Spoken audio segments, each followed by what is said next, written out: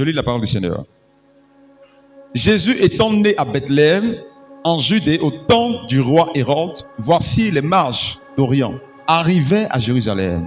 Verset 2. Il dit, où est le roi des Juifs qui vient de naître? Car nous avons vu son étoile en Orient et nous sommes venus pour l'adorer. Tu soulignes pour l'adorer. Verset 3. Le roi Hérode, ayant appris cela, fut troublé de tout Jérusalem avec lui.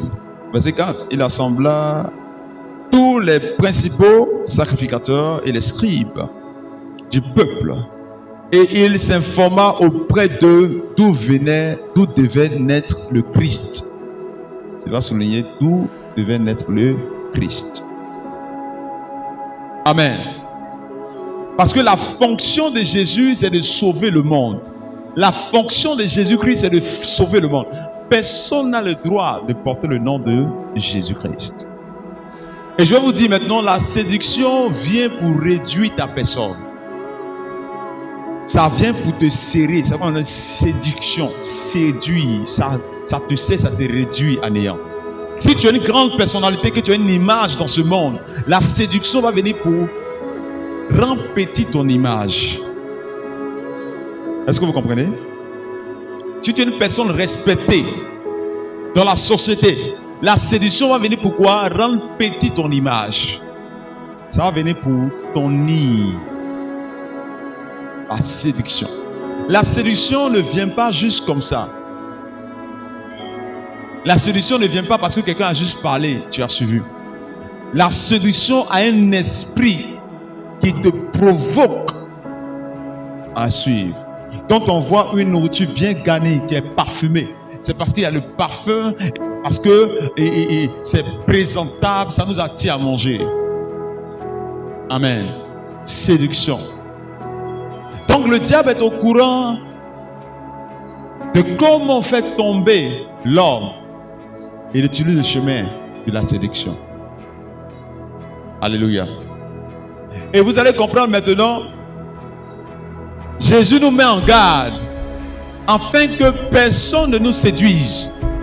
Dans le même livre de Matthieu, vous allez tourner les pages en allant devant. Matthieu chapitre 24, verset 4. Jésus leur dit, prenez garde que personne ne vous séduise. Jésus leur dit, prenez garde que personne ne vous séduise. Prenez garde. Chrétien, sois sur tes gardes.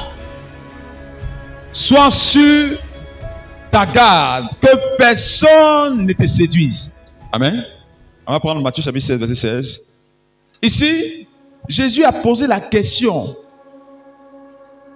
à ses disciples. Qui pensez que je suis? Il dit, Simon-Pierre répondit.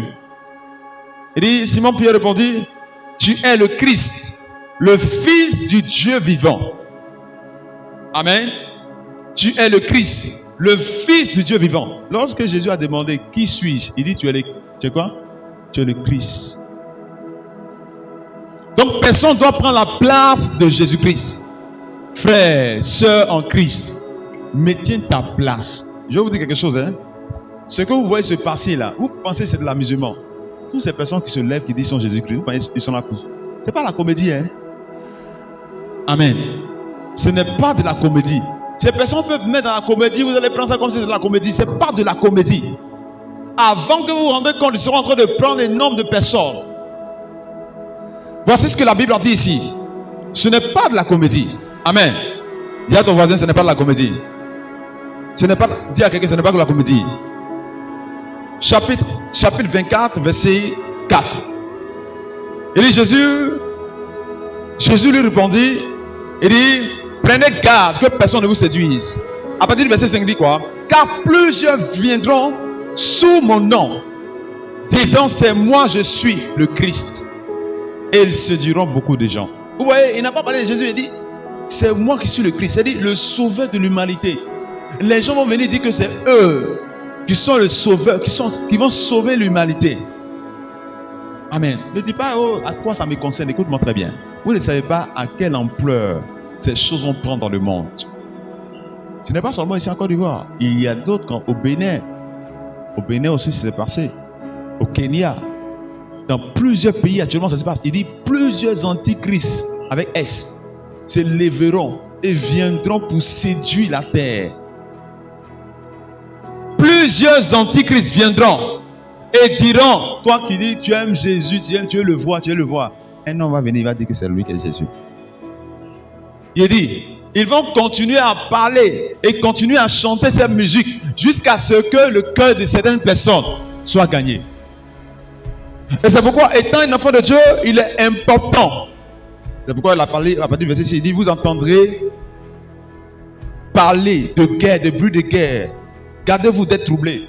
Vous voyez ce qui se passe en Russie. Il dit, l'heure est déjà venue où va se lever les antichrists. Des personnes qui sont contre Jésus, qui sont contre la vérité, qui viendront.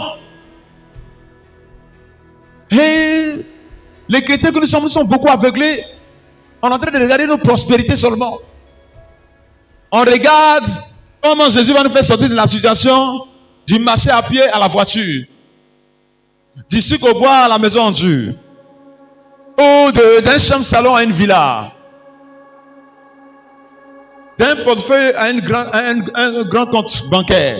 Tout ce qui est dans notre esprit, c'est comment nous allons juste, vous voyez, être bénis de façon physique sur la terre. Et nous ne sommes pas au courant que le diable est en train de s'armer.